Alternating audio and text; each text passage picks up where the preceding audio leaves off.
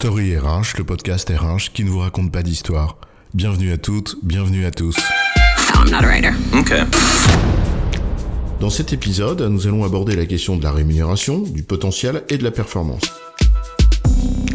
Vous avez peut-être déjà entendu parler, ou d'ailleurs utilisé, la 9-Box Matrix, un outil d'évaluation développé dans les années 70 par General Electric et McKinsey, et qui croise les notions de potentiel et de performance. Oui, et ces deux notions, qui ne sont pas identiques, mais c'est un autre sujet, sont bien des constitutifs de la gestion des talents, du talent management. Et dès lors, la question qui se pose fréquemment, c'est de savoir quel lien établir entre ces notions et la rémunération. Quelle logique doit en effet présider à la prise en compte de la performance et du potentiel dans une politique de rémunération ?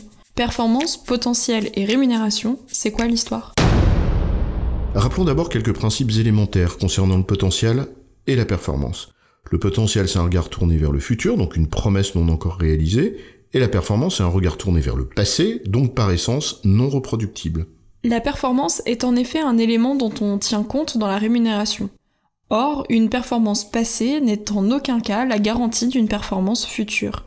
La performance, que l'on évalue en appréciant un résultat obtenu, est par nature conjoncturelle et liée à un contexte particulier. Oui, en cela, elle est donc variable. On peut donc en effet la récompenser en la rémunérant, mais comme elle est variable, eh bien par des éléments de rémunération variables. En d'autres termes, on ne charge pas la barque inutilement. Si on récompensait la performance par une augmentation du salaire fixe, on voit vite le problème que cela pourrait poser si la performance ne se reproduit pas. C'est d'ailleurs un défaut qu'on observe parfois, le réflexe du manager qui, au motif qu'une personne n'a pas été augmentée depuis plusieurs années, lui donne une augmentation de son salaire fixe parce qu'elle a été performante l'année précédente. En vérité, au lieu de récompenser de la performance, cette personne a récompensé l'ancienneté dans le poste. Bref, la performance, puisqu'elle est variable, on la récompense par du variable. Une performance collective, c'est du variable collectif. C'est par exemple le cas de l'intéressement, mais ça peut être aussi une prime d'équipe, par exemple. Une performance individuelle, c'est du variable individuel, comme par exemple un bonus sur un objectif en fin d'année. Mais alors, qu'est-ce qu'on fait du potentiel ? On a dit que c'était un regard tourné vers l'avenir, mais pas un résultat passé. Donc si l'on tient ce raisonnement qu'on vient de poser là, pour la performance, on ne peut pas récompenser le potentiel par une prime variable. Non, en effet. Le potentiel, au fond, ça dit quoi ? Ça dit que tu peux potentiellement faire mieux, soit dans ton poste actuel, soit en prenant des responsabilités supplémentaires.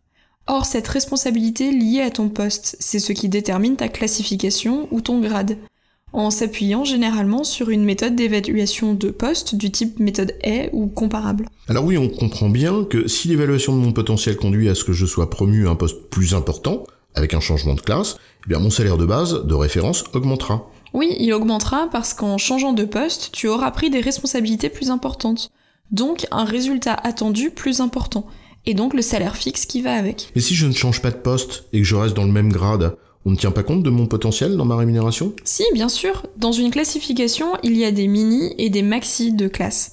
Et entre les deux, il faut bien une règle, ou plusieurs, pour déterminer ce que devrait être le positionnement individuel dans une classe. Et dans certaines entreprises, c'est l'ancienneté dans le poste. Peut-être parce que ça rassure et traduirait une certaine forme de maîtrise du poste. Mais en réalité, ce que l'on peut ici apprécier, c'est le degré de maturité de la personne dans son poste, son degré de maîtrise. Oui, est-ce que la personne débute, occupe, maîtrise ou domine son poste, par exemple. Or, dire d'une personne qu'elle a du potentiel est un indicateur qui devrait tendre à ce qu'on la positionne plus haut dans la fourchette. Donc en gros, on récompense la performance avec du variable et le potentiel avec le positionnement dans la fourchette de rémunération de ton job. Et si ce potentiel te permet de prendre des responsabilités supplémentaires, alors ça se traduit dans ton salaire fixe, aussi parce que tu as été promu. Mais que faire alors d'une personne dont la performance est récurrente depuis plusieurs années ? On la récompense régulièrement par des primes variables, ok, mais cela n'a aucun impact sur sa rémunération fixe. Alors quand une personne est régulièrement performante dans son poste, on a là un indicateur de son potentiel à prendre un poste plus élevé, donc de changer de classe, donc de voir son fixe augmenter. Ce n'est évidemment pas systématique parce qu'il faut comprendre le contexte de cette performance et comprendre le contexte de la récurrence de cette performance. En d'autres termes, la récurrence de sa performance aura été un facteur d'augmentation de sa rémunération fixe.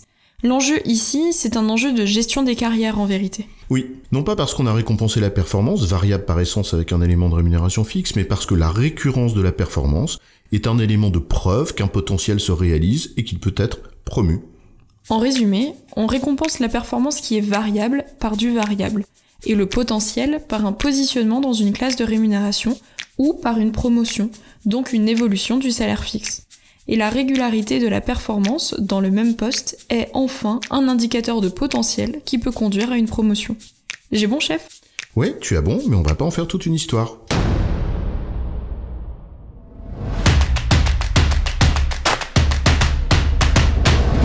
Story RH, le podcast RH qui ne vous raconte pas d'histoire. Retrouvez tous les épisodes sur storyrh.fr.